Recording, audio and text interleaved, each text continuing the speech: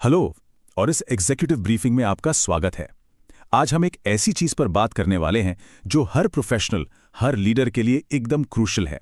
हम मौलाना मौदूदी की तफहीम उल कुरान के जरिए सूरा अल आराफ को डीकोड करेंगे। बॉटम लाइन क्या है? इंसानी इतिहास दरअसल एक लूप की तरह है, जहां डिवाइन गाइडेंस और ह्यूमन ईगो यानी अहंकार के बीच लगातार टकराव चलता रहता है। अगर आप अकाउंटेबिलिटी को डीप लेवल पर समझना चाहते हैं तो ये कॉन्सेप्ट आपके लिए एक रियल गेम चेंजर होने वाला है। चलिए शुरू करते हैं। तो आगे का रास्ता कैसा दिखेगा? हम 5 मेन एरियाज कवर करेंगे।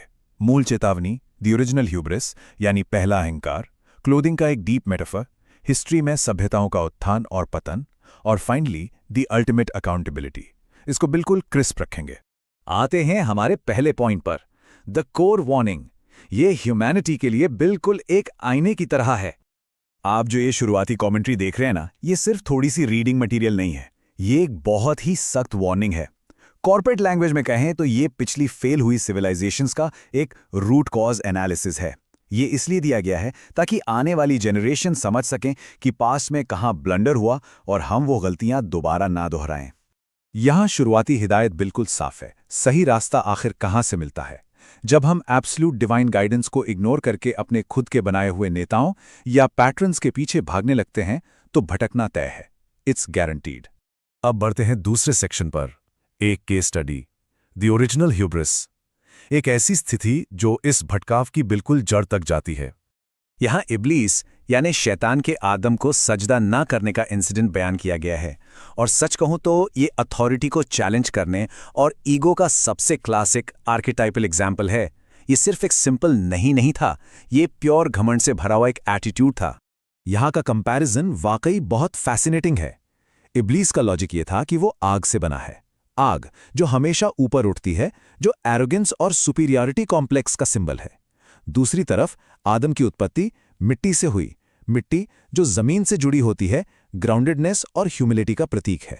ये comparison dangerous ego versus necessary humility के सदियों पुराने स्ट्रगल को ब्रिलियंटली हाईलाइट करता है। इवेंट्स का सीक्वेंस यहाँ बिल्कुल क्लियर है। स्टेप 1, एक डायरेक्ट डिवाइन कमांड आना। स्टेप 2, अपने ओरिजिन का हवाला देकर उस कमांड को मानने से इनकार कर देना। और स्टेप 3, रिजल्ट के तौर पर बैनिशमेंट यानी निष्कासन।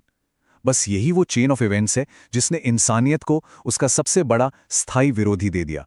मूविंग ऑन टू सेक्शन 3, पोशाक का रूपक। ये सेक्शन सच में बहुत लेयर्ड और मेटाफोरिकल है।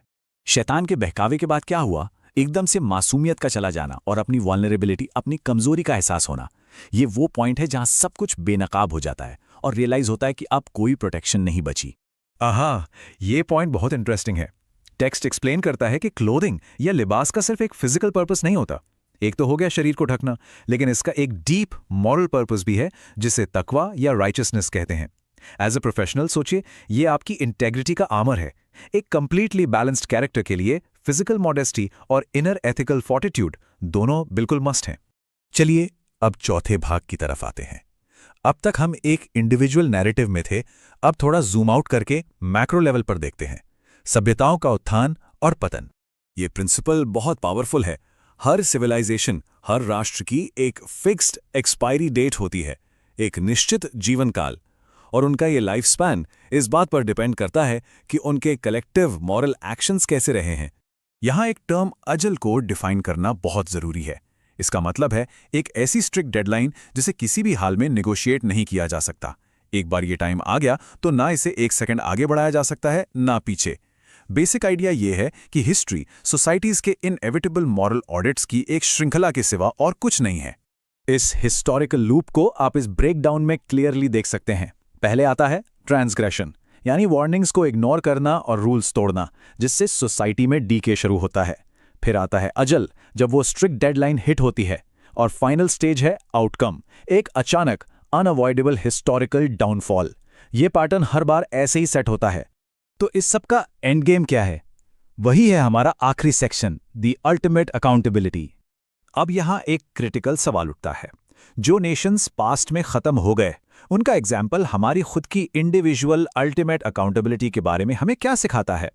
आखिर ये दोनों बातें आपस में कैसे जुड़ी हैं?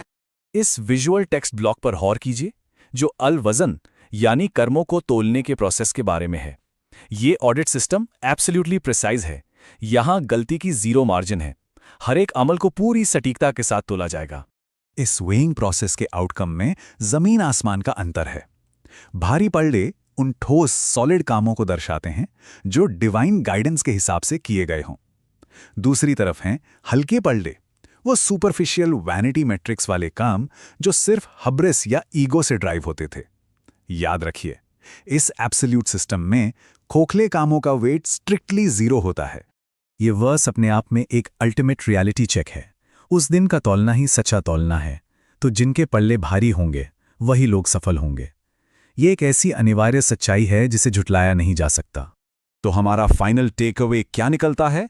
एक एब्सोल्यूट जस्टिस के सिस्टम में दिखावा या सुपरफिशियल एक्शंस की कोई औकात नहीं है।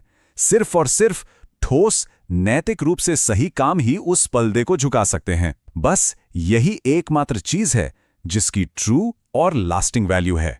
इस एनालिसिस को एंड करते हुए अपने आप से ये सवाल जरूर पूछिए, जब हमारा फाइनल ऑडिट आएगा तो क्या हमारे एक्शंस में कोई ठोस वजन निकलेगा या फिर वो इतिहास के उन हल्के पल्लों में धूल बनकर उड़ जाएंगे। ये एक ऐसा थॉट है जो वाकई हम सभी को रुककर अपने ईगो और एक्शंस का डीपली विश्लेषण करने पर मजबूर करता है। इस पर जरूर विचार कीजिएगा।